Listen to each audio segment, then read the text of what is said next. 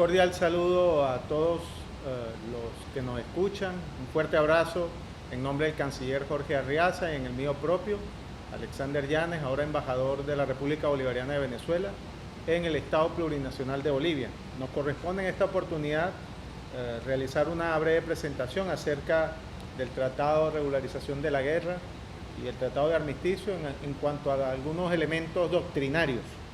Vayamos directo al grano.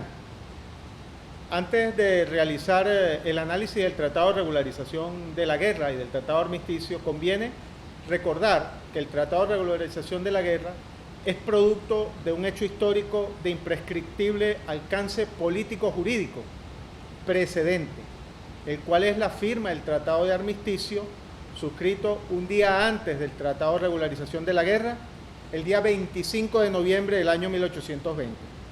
En efecto, el artículo 14 del Tratado de Armisticio dice: para dar al mundo un testimonio de los principios liberales y filantrópicos que animan a ambos gobiernos, no menos que para hacer desaparecer los horrores y el furor que han caracterizado la funesta guerra en que están envueltos, se compromete uno y otro gobierno a celebrar inmediatamente un tratado de regularización de la guerra conforme al derecho de gentes y a las prácticas más liberales, sabias y humanas de las naciones civilizadas.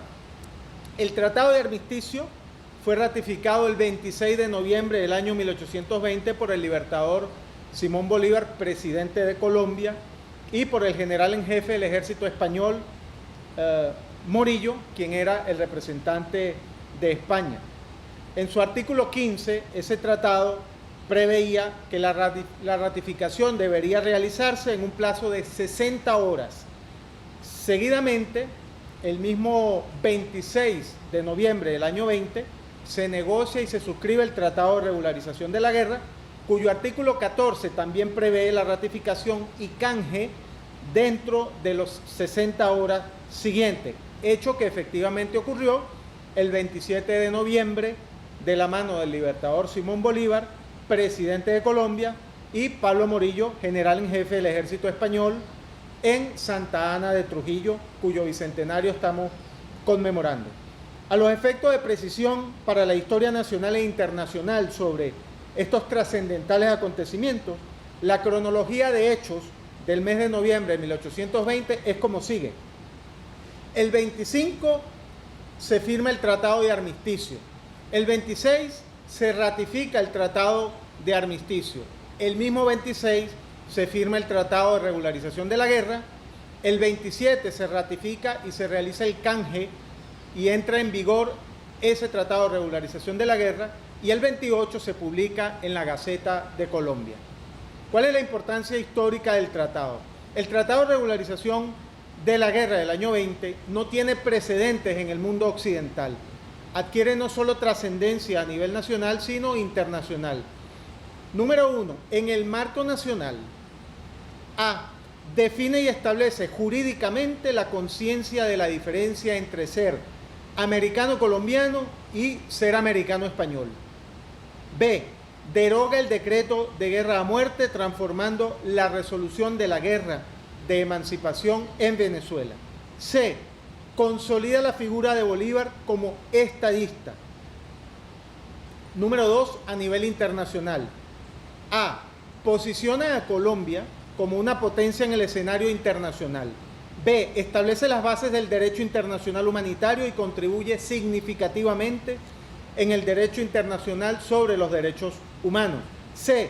Se sitúa mundialmente como el precedente más importante y revelador para que los seres humanos limiten las guerras en el campo de batalla y a sus combatientes activos.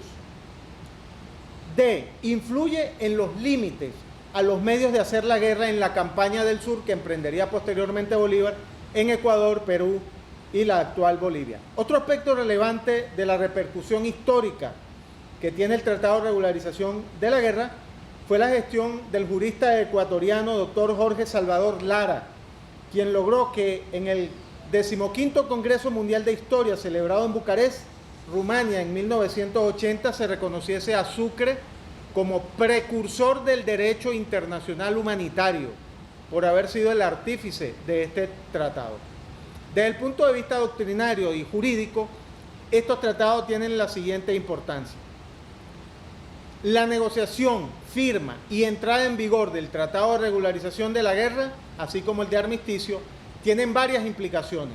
En primer lugar, Bolívar había comprendido, desde que tomó conocimiento de la llamada Revolución Liberal en España y en el marco general de la planeación de la guerra por la independencia, que había llegado el momento de explorar con intensidad la estrategia política con dos fines jurídicos fundamentales. Número uno, el reconocimiento de Colombia.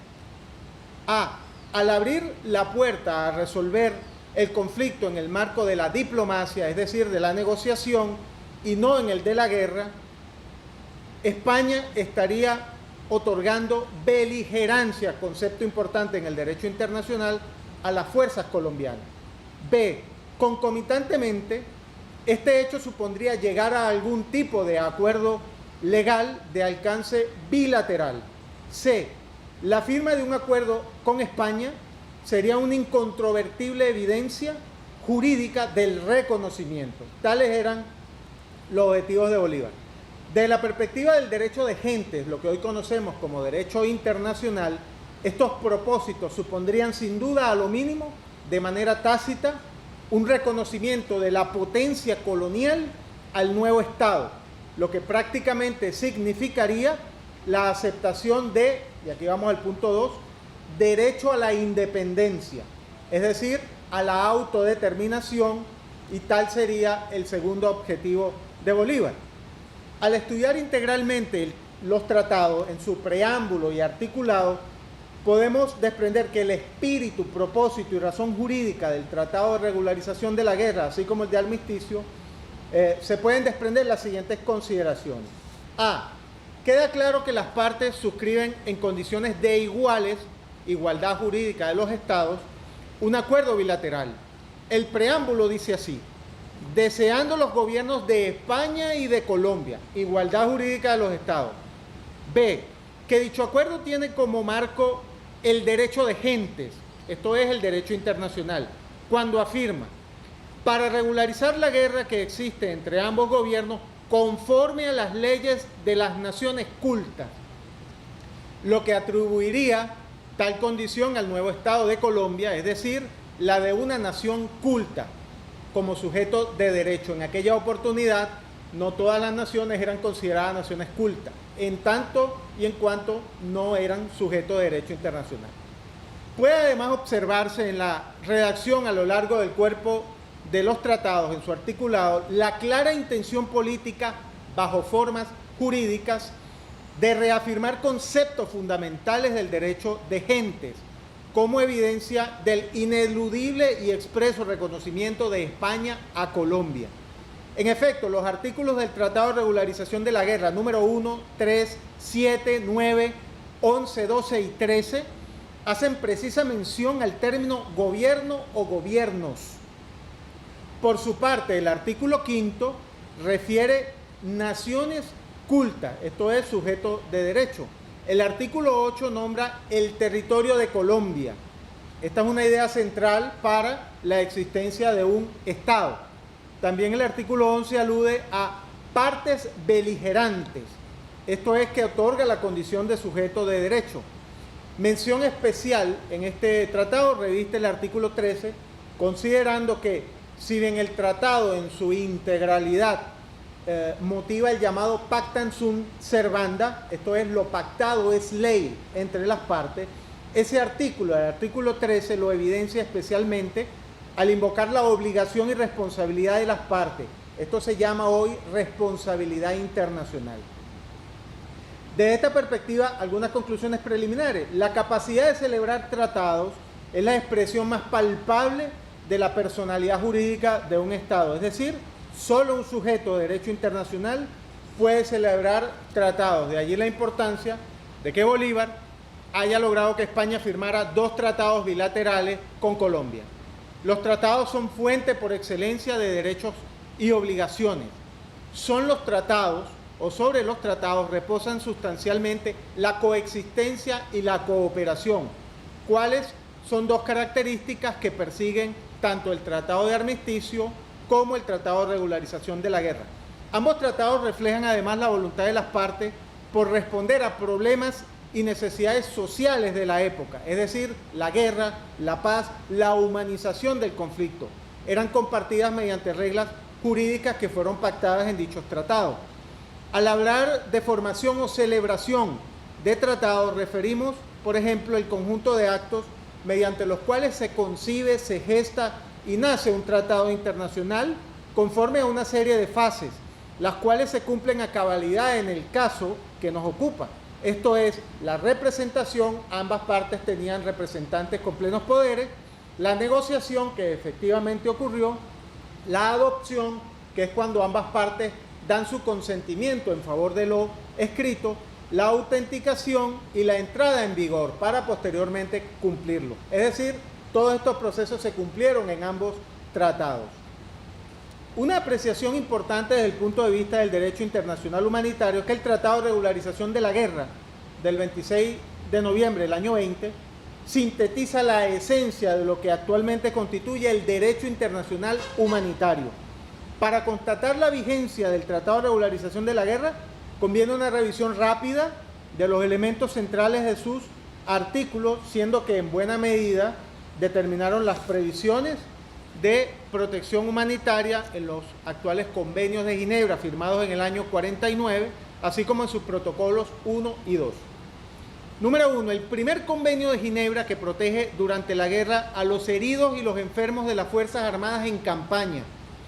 Eso, en este caso, aplica en el artículo 4 del Tratado de Regularización de la Guerra, que establece el trato doblemente respetuoso, es decir, humanitario, a los capturados en condiciones de heridos o enfermos, los cuales no se consideran prisioneros de guerra, y a los que se debe consideración y asistencia igualitaria.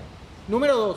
El tercer convenio de Ginebra, referido a prisioneros de guerra, en términos generales, del Tratado de Regularización de la Guerra, estarían contenidos en los artículos 2 y 3, que definen lo que es un prisionero de guerra y precisa el trato respetuoso, digno y humano.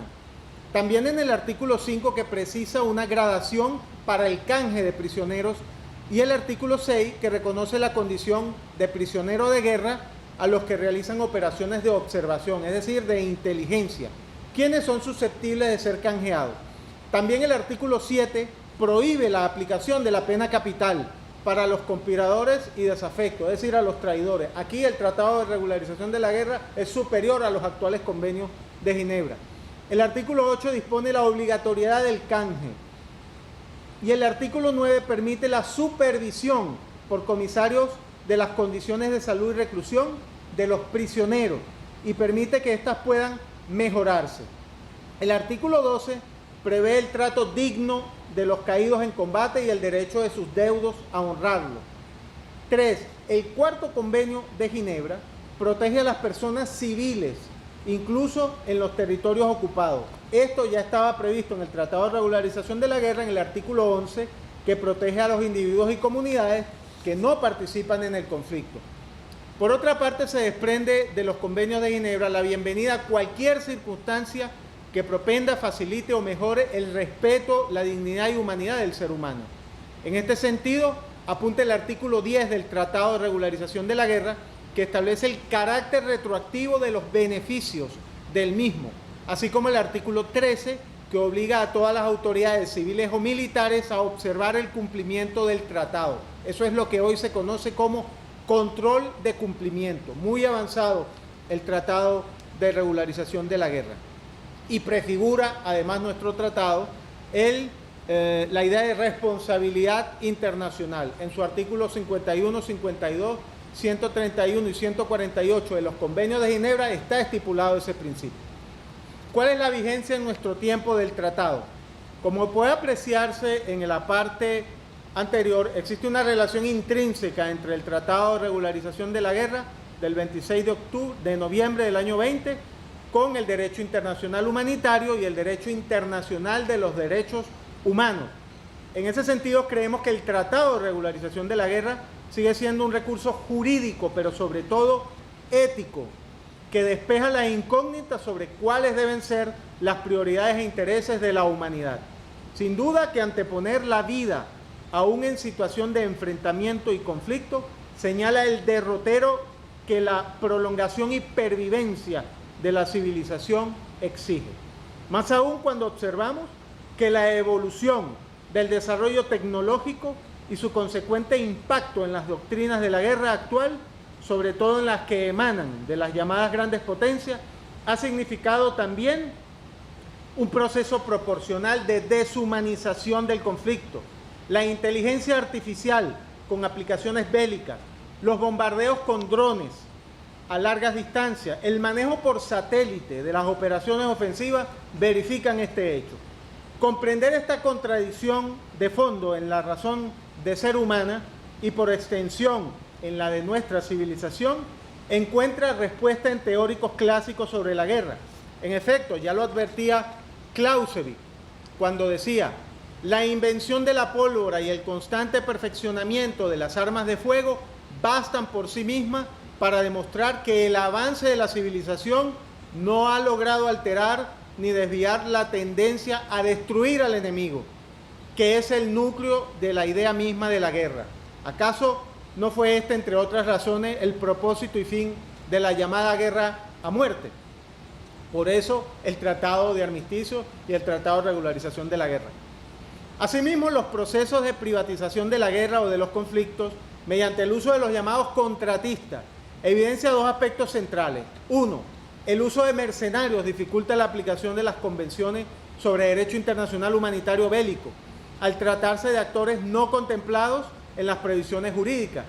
Dos, los estados que usan directa o indirectamente estas desviaciones en alguna medida sienten el peso del principio imperativo del derecho internacional y delegan en cambio las atrocidades a estos grupos para escapar de la responsabilidad internacional, asegurándose que no se prueben tan criminal proceder.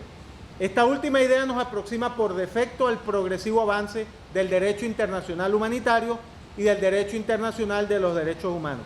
Cada vez más se confirma, a pesar de las distorsiones, que las normas relacionadas con la dignidad humana y el respeto a la vida, el carácter imperativo, es decir, las normas de jus cogens de estas normas, es decir, no aceptan objeción en contrario.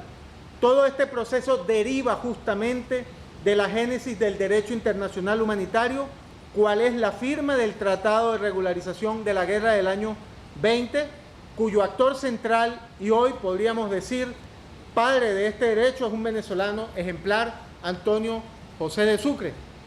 Para finalizar, y así como decía Clausewitz, nos explica las razones de esta irracional conducta, la existencia de una aparente e insalvable contradicción, cuál es: a mayor desarrollo de la civilización, también mayor inhumanidad en el conflicto. Simón Bolívar, Antonio José de Sucre, Juan Rodríguez del Toro y José Gabriel Pérez, junto a la delegación española que suscribieron el acuerdo, nos ofrecen otra opción de esperanza e insoslayable vigencia, consulta y alcance universal para privilegiar la vida y garantizar la trascendencia de la humanidad. El Tratado de Regularización de la Guerra, firmado en Santa Ana de Trujillo. Muchísimas gracias, un gran abrazo a todos.